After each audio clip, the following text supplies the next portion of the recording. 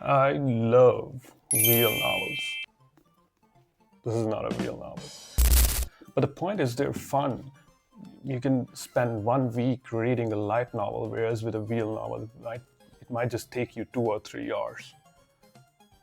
I mean, with a normal scale real novel. Normally, when you play real novels, or let's just say read real novels, you would use your desktop or your laptop or something. I mean, one way to really read real novels is to use your computer. For example, like this. But this is not really my thing. I want to read real novels while sitting on my cozy bed and, just relaxing, because that's how they're supposed to be. I'm not playing Final Fantasy 7 Rebirths. I don't need RTX for this. So you can technically have real novels on your Android. You can use different translation engines. There's one called Kitty Droid, which is used for XP3 in games, while you can use Winlator to run most real novels, if not all. But I like to have things more natively. And I found a solution for that. This is a Chromebook. And I love Chromebooks because they're short, compact, and that's what she said. But anyways, these are good. You can carry them anywhere. I mean, you can put them in your bag and they don't take much space and they're fun. The only problem with them is that they come with ChromeOS. And ChromeOS is shit.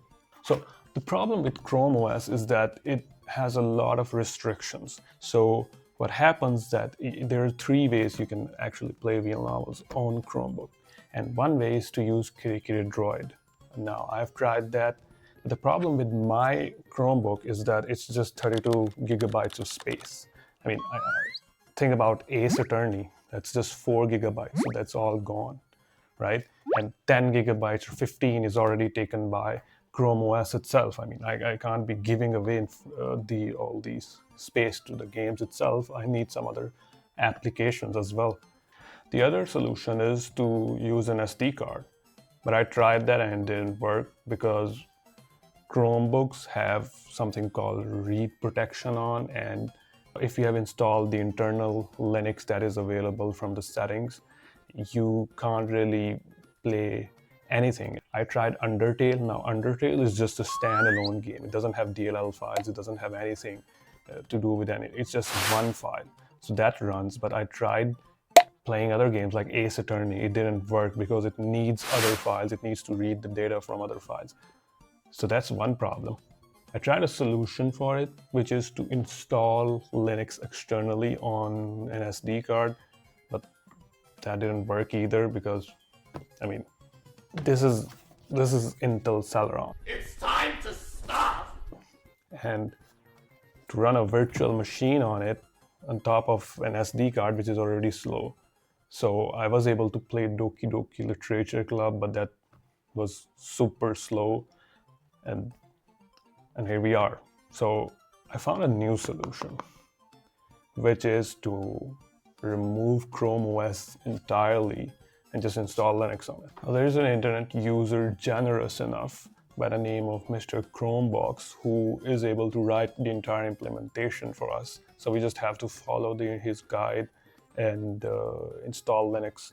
I found some of these screwdrivers, and to unscrew the screws, and none of them really worked. So, but this one is a bit torn off. I don't know. Focus. Yes, I mean, you get the point, right? So this one worked, so I guess we're just gonna use this one. So I guess I'll just unscrew them all. So I'll just put that aside. I mean, this is beautiful, right? I always love to see hardware. Now, we need to detach the battery. Also remember to have developer mode on your Chromebook. You can find some guide online. I've already turned it on, so this is not a problem for me, but you will have to if you want to install all of these things. So I'm just gonna disconnect the battery here. So one way to do it is to pick it from here and just... So I was able to disconnect the battery, as you can see. And just gonna have it temporarily back on because we'll be booting in it. So I'm just gonna do this, just have the clips back that holds off, and I'm gonna go to the other side. Now this won't turn on because it doesn't really have battery, but you will have to connect a charger to it. But even before that, just remember to have, I guess, a USB. I have some USBs here. Yes, I have two, and basically for recovery. So I'll have that. I'm just gonna turn this thing off. So I'm facing a real hurdle here where the charger for this Chromebook doesn't really provide enough voltage to turn it on while the battery is disconnected. So I guess this is it. Obviously not. Let's try to find a workaround for this kind of behavior. Right now I'm driving towards the store so I can possibly get a charger, and hopefully the store is open as well. And I think it's the charger because this is not the original one, and I bought a new one after the original one got totally destroyed by the cable works. But hopefully we're able to get it and come back home and finish the project, and yeah. So I was able to go to the shop, but unfortunately it's closed. There is some festival going on, so I guess we'll just have to wait.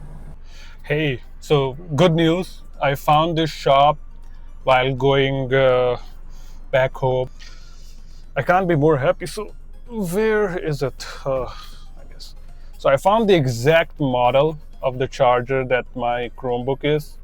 Oh, here it is. And one other thing I found, the guy also sells mangas. So obviously I had to spend some money on it. So I got done first volume, and I'm very excited to read it. So I guess let's just go back home and finish this project. So now I have my charger, the new charger that I got connected to my Chromebook, and it's running, which is good. And now I just need to press Alt Control, and this is guest mode, by the way. You can boot in normal mode, but I think it's safer to just boot in guest mode. So I'm gonna press Alt Control and the forward key. It's in the place where you have the F2 key. Normally in the keyboard you have F2 key over there, but for some reason Chromebook and Google thought that we should have the forward key. So I'm presented with this login screen, and here you can just type. Okay, I'm able to go into the terminal, and here I just need to type that command. I think now it will install, start downloading the bootloader, and soon it will start asking me for to turn off write protection, and since we have already disconnected the battery, so I can just do that. So now I can install, here I am presented with 3 or 4 or 5 options, and I have installed or updated the RW legacy firmware, which I don't want for my laptop. I'm gonna go with UEFI, so I'm just gonna press 2 here and then enter. Now it's asking me that flashing full ROM firmware will remove your ability to run ChromeOS, and I'm fine with that. If you're fine with that, just go with it. Again, it's asking me for giving me some warnings that I really don't care about. I'm just gonna accept it. I accept, press enter. After flashing UEFI firmware, you will need to install your UEFI compatible OS and will no longer be bootable. Okay, that's what I want. We have already created a backup using the menu options. So this is a crucial time. You need a drive, a USB drive. I have one here, which I have formatted to FAT32. It won't work with NTFS because that's just how the structure of ChromeOS works. So you need a drive which is formatted to FAT32. So I will say yes, create a backup, and I'll connect my USB. So let's just see. Connecting. Okay, it says one, and I can just enter one. Here's my USB. It's 114 gigabytes. I can just press it. Okay, so now it has started downloading that, and it can take some time.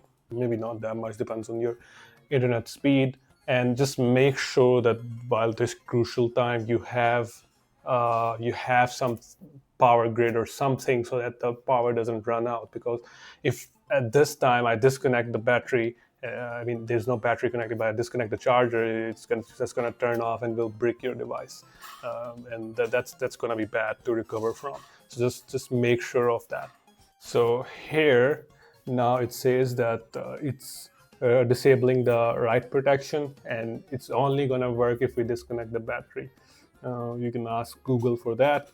Even with the internal SD card implementation, they had read protection on, due to which you can't really run exe files on SD card. So that's pretty shit. I mean, as a company, you shouldn't really do that, right? You should give more and more to people so that they can do whatever they want, right? I paid full price for this device, so I'm going to use it however I want. But unfortunately, I mean, Google has some other ideas and other plans up their mind. So now we're done with it, and I just have to press enter to go to the main menu, and hopefully everything works. From here onwards, I think I just need to reboot. I'll just press R to reboot, and now it's rebooting. So now the bootloader is loading. I can just press escape, and voila, we're inside the bootloader. Everything is working, the keyboard is working, and from here onwards we can just install any UEFI supported Linux distribution. It can even be Windows, but Windows 10 or 11 can be a bit too heavy depending on your processor and RAM available. So I'm gonna go with Linux Mint XFCE because it's basically the lightest variant I can think of, and we'll go from there. So I'm just gonna boot a drive and install Linux on it. I booted a Linux Mint XFCE in my USB, and I'm just gonna open my laptop again. It's my boot manager. I'm just gonna close my laptop. Keep it pressed. I think I just turned it on again. I'm gonna keep it pressed. I'm gonna close it, and I'm gonna attach my USB, and then I'm gonna turn it on. So as I turn it on, press escape. I think now it will show me the USB device. So let's go to boot menu and select my internal SD card. And when I select internal SD card, the USB device, it will show me Linux Mint, and I can just start. Okay, we have our installation menu here. I can just click continue. I'm selecting English. If you have some other language preference, you can choose that. For my keyboard layout, I'm also going to go with English and the US one instead of UK one, because UK one doesn't make sense. It's also asking for multimedia codecs are required to play some video formats and to properly render some websites. So if you want to install these, you can. I really don't. So I'm just going to continue without it. And I might install them later onwards if I need them, but I don't think I would be. I might be needing some C++ distributors, which will be needed for running some games, as well as, I guess, DirectX. I'm sorry, not DirectX. That's on Windows, but I'll be needing some softwares, and I'll also be needing Wine to run the translation layer so I can run exe files. So I have reconnected the battery now, and Mint is installed. And I'm just gonna open terminal. I have also installed Wine, so if I just search for Wine version, Wine-V, I don't know what's the command. So I'm just gonna go, I have installed Doki Doki, so I'm just gonna search for it. Go to downloads, search for DDLC. I downloaded it from itch.io. I'm gonna run wine ddlc.exe, and hopefully it runs. Just gonna fast forward this, and it works. So congrats, enjoy. And I also tested that the touch works, so I mean that's even greater, right? Everything works here. So I mean, have fun. So I guess that was the entire procedure to install Linux on Chromebook, and just remember to be careful and not to break your system, because it's very hard to recover, and you might have just lost your device. And yeah, enjoy wheel novels. They're fun, and I will try testing a few games. I might even make a benchmark video on it, and maybe try a few softwares and see how that works out. So for this video, I guess, for this one, I think this is pretty much it.